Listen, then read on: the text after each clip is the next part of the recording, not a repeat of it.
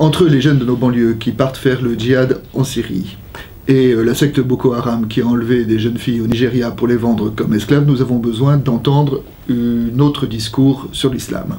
C'est pourquoi nous pouvons saluer l'initiative du CFCM, le Conseil français du culte musulman, qui vient d'éditer une convention des musulmans de France pour le vivre ensemble. Cette convention a été distribuée aux imams qui dépendent du CFCM, c'est-à-dire 90% des 1500 imams qui existent actuellement en France.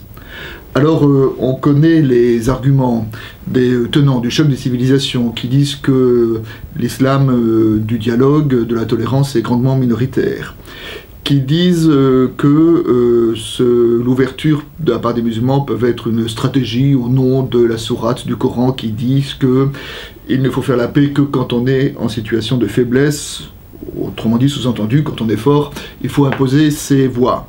On connaît enfin la position de Jacques Ellul, que nous aimons citer dans les colonnes des réformes, disant que l'islam était structurellement intolérant et que nous devions être extrêmement exigeants à son égard. Alors tout cela est vrai, mais nous pouvons aussi avancer d'autres arguments. D'abord, de dire que oui, l'islam de la tolérance existe. Nous avons tous rencontré des musulmans qui ont été pour nous des exemples d'hospitalité et de bienveillance.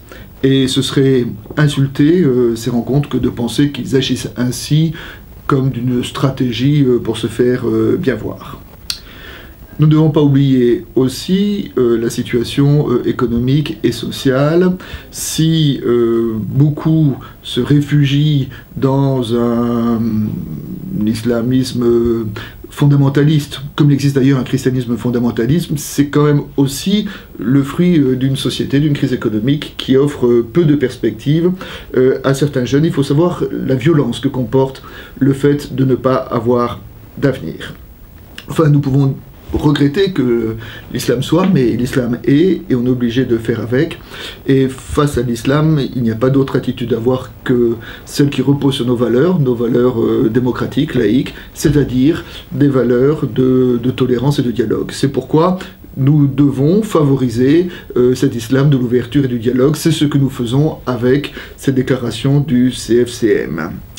Enfin, l'Évangile, l'apôtre Paul dans l'Épître aux Romains nous dit de ne pas être vaincu par le mal, mais d'être vainqueur du mal par le bien. C'est de dire qu'il n'y a pas d'autre attitude, y compris vis-à-vis des intolérants, que l'attitude du dialogue et de l'ouverture, et que même si je ne suis pas sûr que cette attitude est la plus efficace, au moins c'est la plus évangélique.